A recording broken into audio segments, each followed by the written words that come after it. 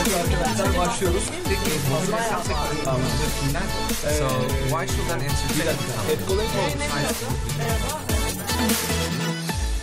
Merhabalar herkese. Digital Box YouTube kanalımıza hoş geldiniz. Ben Melisa, Etkolön'de marketing ekibinde marketing executive olarak görev alıyorum. Bugün çok özel bir konuğum var. Umarım faydalı bir video çekeceğiz birlikte.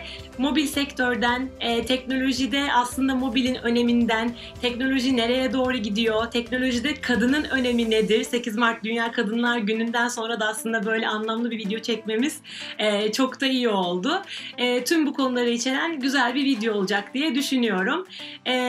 Zehra Hanım, isterseniz siz de kendinizi tanıttıktan sonra başlayabiliriz. Merhaba Melisa'cığım, çok mutluyum seninle Dünya Kadınlar Günü'nün olduğu günün bir gün sonrasında buluşmaktan. Ben de buradan bütün kadınların Dünya Kadınlar Günü'nü kutlamak istiyorum öncelikle. Ben aslında sektörde sizlere yakın çalışan birisiyim. 360 Plus Media İnteraktif Teknolojiler Ajansı'nın hem kurucusuyum hem ajans başkanıyım. Bir de bir şapkam daha var. Aslında bugün burada olmamı da anlamlı kılan.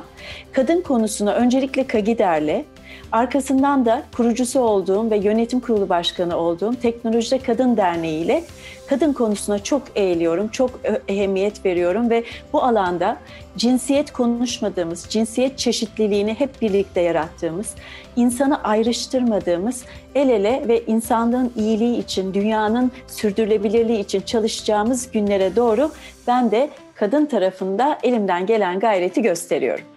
Ya iyi ki varsınız diyerek başlamak istiyorum ben videoya. Çünkü gerçekten hani teknoloji sektörüne ve genel olarak aslında tüm sektörlere bakıldığında kadın istihdamının ve kadının çalışma hayatındaki yeri, kariyer ilerleyişi vesaire tüm bunlara bakıldığında eşitsizlik çok ön planda. O yüzden iyi ki varsınız. İyi ki böyle projeler, yani özellikle bizler için böyle projeler yürütüyorsunuz. Çok mutlu oluyoruz. Umarım çok daha iyiye gider zaten bu durum.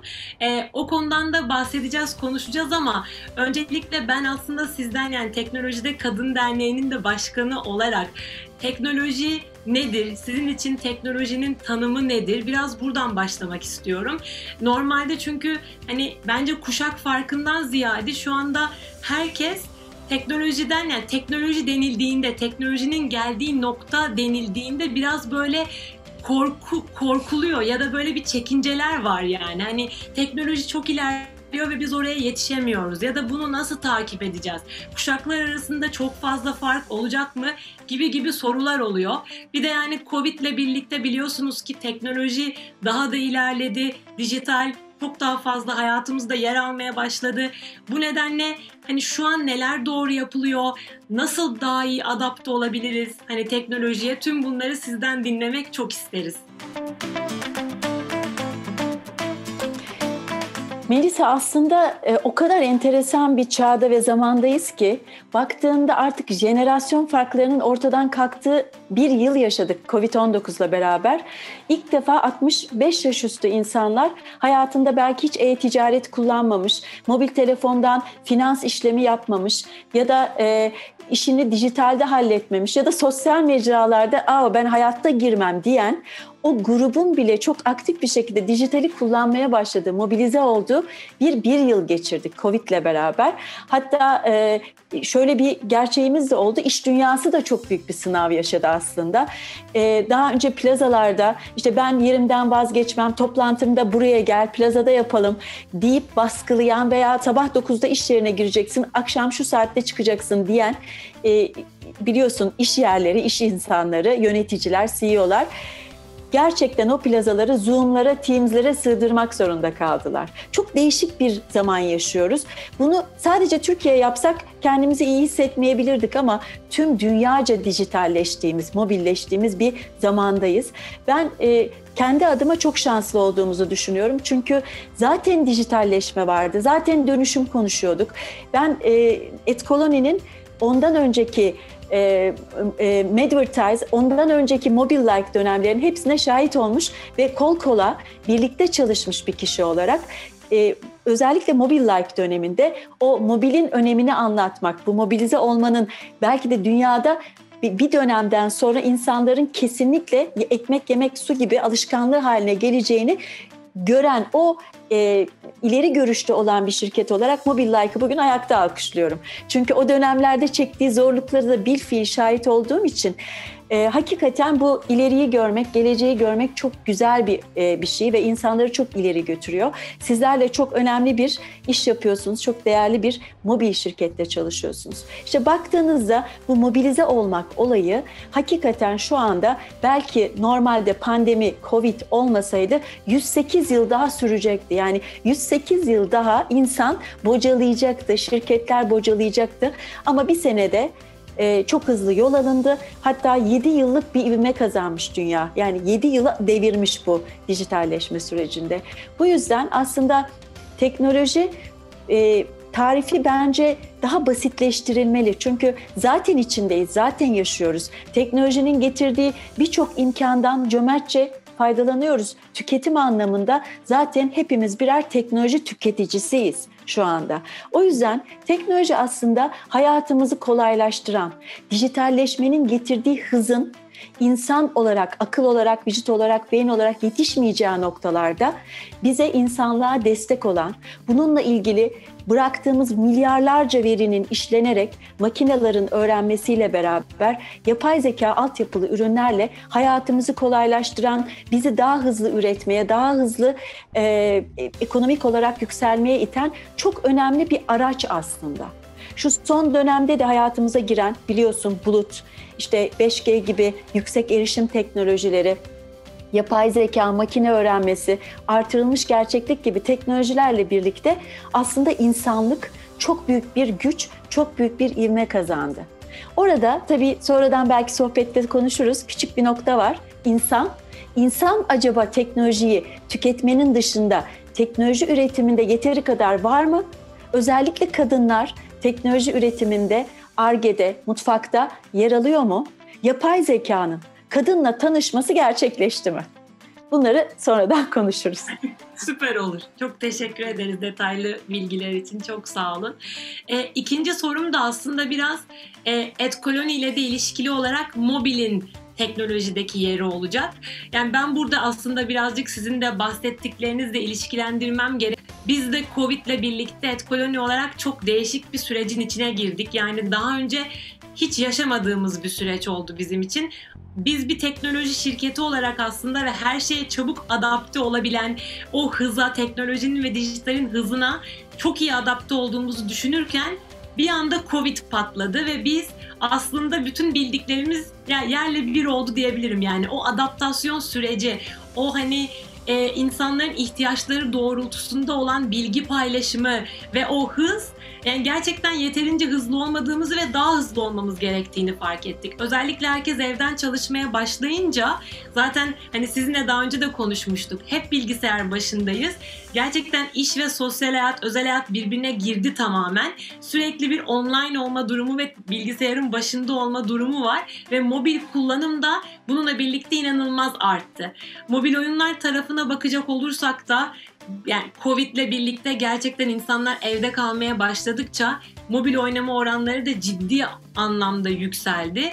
Şimdi zaten yapılan tüm araştırmalar gösteriyor ki geçen seneyle, yani Covid öncesi ve Covid sonrası karşılaştırıldığında %30'a yakın bir oranda mobil oyun indirmeleri ve oynanmaları artmış. Bu anlamda yeni trendler ortaya çıkmaya başlıyor. Hyper casual dediğimiz daha kısa bölümlerle ve daha basit bölümlerle insanların daha anlık eğlenebilecekleri oyun türleri ortaya çıkmaya başlıyor. Burada bile hızı görebiliyoruz aslında. Onun dışında tabii ki diğer medya kısımlarına baktığımızda yani sosyal medya kullanımı da arttı ama bizim kendi envanterimizde yaptığımız araştırmada da yani genel olarak o Avrupa, Orta Doğu ve Afrika bölgelerindeki insanların yarısından fazlası, %56'sı da diyor ki mobil oyunlar artık yeni sosyal medya olma yolunda ilerliyor. Çünkü biz mobil oyun oynarken hem sosyalleşebiliyoruz, hem bilgi edinebiliyoruz, hem rahatlayıp keyif alabiliyoruz. Böyle yükselen bir trend var. Öte yandan programatik yayıncılık tarafında sizden de dinleriz tabii ki ama orada da çok ciddi trendler ortaya çıkmaya başlıyor. Yani dolayısıyla mobilde teknolojik anlamda hem kendini geliştiriyor hem de aynı zamanda kullanıcılara daha fazla hitap etmeye başlıyor kişisel anlamda. Burada sizin hani mobilin teknolojideki yeri, belki buradaki yeni gelişen aslında update'lere de bakabiliriz. Yani iOS 14 tarafındaki update'ler, gizlilik konusu vesaire. Buradaki düşünceleriniz hani sizin nedir öğrenirsek çok seviniriz. Çok güzel anlattın aslında. O kadar güzel özetledin ki ben senden öğrendim şimdi. Tabii sizin daha çok içinde olduğunuz özellikle mobil oyun içi reklamlar ya da mobil oyunun aslında sadece reklam değil, yapay zeka altyapılarıyla özellikle o shot dediğimiz o kısa süreli oyunlarla insanların hayatında aldığı yer, önem. Özellikle reklam verenin bu alanı keşfetmesi, bu alanı daha iyi kullanarak, işte bana mesela şu aralarda hep böyle şeyler geliyor. İşte e-gaming için bir spor takımı kurmak istiyoruz. Markalardan geliyor bunlar ya da oyunu daha efektif kullanmak istiyoruz. Ne yapmalıyız diye bir takım sorular, bir takım danışmanlık talepleri geliyor. Evet, markalar da özellikle pandemi ve sonrasında yani Covid sonrasında o senin de bahsettiğin artan oranlar sebebiyle muazzam bu sektöre ilgi gösterdiler. Fakat ondan önce aslında iletişim çok önemli. İletişim insanlar için bir araç değil aslında, ciddi bir ihtiyaç. İnsanlar bu pandemide belki evde kalmaktan hoşlandılar, belki işte daha geç kalktılar, trafiğe girmediler ama bir noktada çok bunaldılar, ağır bir sıkıntı yaşadılar, bir depresyon yaşadı, o da ilişki. İlişkilerin dokunarak ilişki ya da fiziksel ilişkinin hayatımızdan gitmesi. Biz sosyal varlıklarız. Ben mesela hakikaten şu anda çok mutluyum. Bodrum'dayım. Harika hava koşulları çok güzel. Çıkıyorum, yürüyorum ama dostlarımı özledim, arkadaşlarımı özledim. O yemekleri özledim, o iş arası kaçamakları özledim. O akşam çıkıp bir partileme, gidip bir yerde oturup bir içki alma, sohbet. Bunları çok özledim. Ya itiraf ediyorum. Ya benim mesela sosyal doğama aykırı şeyler. Dolayısıyla aslında şu anda pandemiyle işte senin de bahsettiğin online konserler, festivaller, webinarlar, online buluşmalar, müze gezileri. Geçtiğimiz günlerde ben bir müze gezisi yaptırdım mesela bir markaya.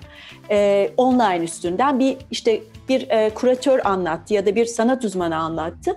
Yani artık insanlar online'da buluşma zorunluluğunu hissettiler. Mutlular mı onu bilemiyorum ama özellikle sosyal medya platformları artık tamamen hayatımızın bir parçası haline geldi. Hatta biliyorsun bir Clubhouse'umuz var şimdi. Evet. Benim de çok etkin içinde olduğum 2 tane de kulüp açtım orada. Çok da inşallah bekliyorum hepinizi de orada beraber konuşalım, beraber tartışalım. Teknolojinin kadın liderleri diye bir tane açtım. Bir de teknolojide kadın diye açtım. 2 ayrı grup, 2 ayrı topikte. Fakat bir yandan da biz işte 2020 yılında bir MMA'in verileri var, Mobile Marketing Association'ın. Pandemi sürecinde video on demand'de platformlar atak yaptılar, inanılmaz. Sonra baktığında yine subscription video on demand'de yine Netflix inanılmaz bir tüketime çıktı. Yani %27 bir artışı var ki hakikaten bu çok agresif bir artış bu kadar kısa bir sürede. YouTube %15,3 artmış. Bu da çok agresif. Yine sosyal medya devi Facebook ki Facebook bir ara ölüyordu yani aşağı doğru iniyordu. %27 artmış kullanım oranları. Yani bunlar bence çok ciddi oranlar. Ama hepimiz diyorum ki ben bu devirde bir Nielsen olduk. Yani bizim artık fiziksel hayatta nasıl adapte olacağımız, kişisel verilerimiz, aktivitelerimiz, alışkanlıklarımız bunun nereye evrileceği, nasıl değerlendirileceği konusu biraz muamma, yani biraz değişti. Şimdi baktığımız zaman bir de şey var, Deloitte'un çok güzel bir araştırması var Melisa. Şu laf çok hoşuma gitti benim orada. Diyor ki bir daha pandemi olsa iş dünyasının sığınacağı hiçbir bahanesi yok diyor. Artık bahanesiz bir süreçte yaşıyoruz. Şimdi biraz önce sen de bahsettin. İşte Apple iOS 14, onunla default gelen 3. parti çerezlerin engellenmesi. Burada Apple bir atak yaptı. Yani aslında bir iletişim devi olarak, bir teknoloji devi olarak bu kişisel verilerin korunması anlamındaki bu büyük gelişmeyi Web 4.0'la beraber iyice kullanımı yaygınlaşacak bulutla beraber kullanıcılarda o yaratılan o güvensizlik hissini ortadan kaldırmak için öncü davrandı aslında Apple. Yani biraz tabii ki tartışmalara sebep oldu. Tabii ki markaların reklam vermesi ya da markaların bu programatik altyapılarını kullanarak hareket etmesinde biraz kısıtlar ortaya çıktı ama burada kişisel verilerin korunması ile ilgili özellikle bu dijitalleşme döneminde şu anda mevcutta çok ciddi regülasyon çalışmaları var. Her gün bir şeyle uyanıyoruz. Her gün WhatsApp'ımıza yeni bir regülasyon, yeni bir gelişme geliyor. Ama ben şuna inanıyorum. İnsanlar artık daha da bilinçlendiler ve eskiden dijitalden korkan, mobilden korkan, buralara bıraktığı verinin ne olacağı konusunda hiçbir fikri olmayan, hiçbir rıza metnini okumayan ya da hiçbir şekilde bu konuyla ilgilenmeyen herkes artık ilgileniyor. Ama daha pozitif bir şey söyleyeyim, insanlar bilerek ve isteyerek giriyor artık. Yani eskiden bilinçsiz bir giriş vardı. Yani orada hakikaten insanlar o anda o oyunu oynamak için her şeyi imzalıyordu, giriyordu. Ama şu anda insanlar o rıza metinlerini okuyorlar ve karar vererek giriyorlar. Bu WhatsApp'ın hatırlarsın geçtiğimiz günlerde WhatsApp tartışmaya sebep oldu işte. Yeni bir sürüm koyacağım ve burada da verilerinizi bana teslim edeceksiniz dedi. Aslında gerçekten onu dedi değil mi Melisa? Yani ben yanlış anlamadım. Kullanacağım verilerinizi dedi. Sonra geriye çekildi çünkü tepki gördü. Hepimiz o ara Telegram'a geçtik. Ne oldu sonra? Şimdi herkes yine WhatsApp'ta. Aynen. Herkes imzaladı. Bak birçok benim çevremdeki insan aman her yer verimi alıyor. Burası da alsın. WhatsApp'tan çok memnunum dedi. Yani kullanıcı deneyimi kazandı.